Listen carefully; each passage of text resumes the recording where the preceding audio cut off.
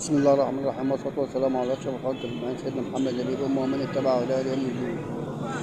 مشيت على الأشواق، لا عرفوا إيه وداك ولا عرفوا إيه جابك.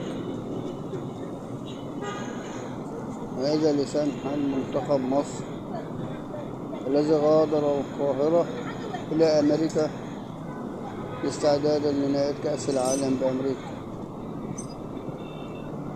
الخطورة كلها تكمن فيما هو موجود في مصر من إعلام منتشر في القنوات الخاصة والحكومية والبرامج الرياضية، ناس يعلنون أنهم ضد المنتخب ولن يشجعوا المنتخب المصري بلا حساب ولا رقيب. هم الذين سيسيرون على الأشواط وسينتصروا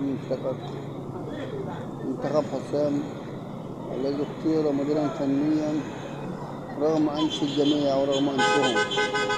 فوجئوا به مديرا فنيا هو يستحق، لأن كل النتائج مع المنتخب تقول أنه يستحق أن يكمل المسيرة وأنه حق في اختياره، ولكن ما حدث في آخر يوم قبل السفر وهو فرض حارس مرمى الزمالك مهدي سليمان أكبر خطيئة لحسام حسن، وربنا يوفقه في الاستمرار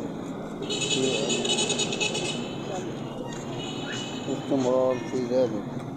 ربنا يوفقه بتقديم عرض ونتائج إيجابية والوصول إلى أبعد مدى مع الفريق مع منتخب مصر.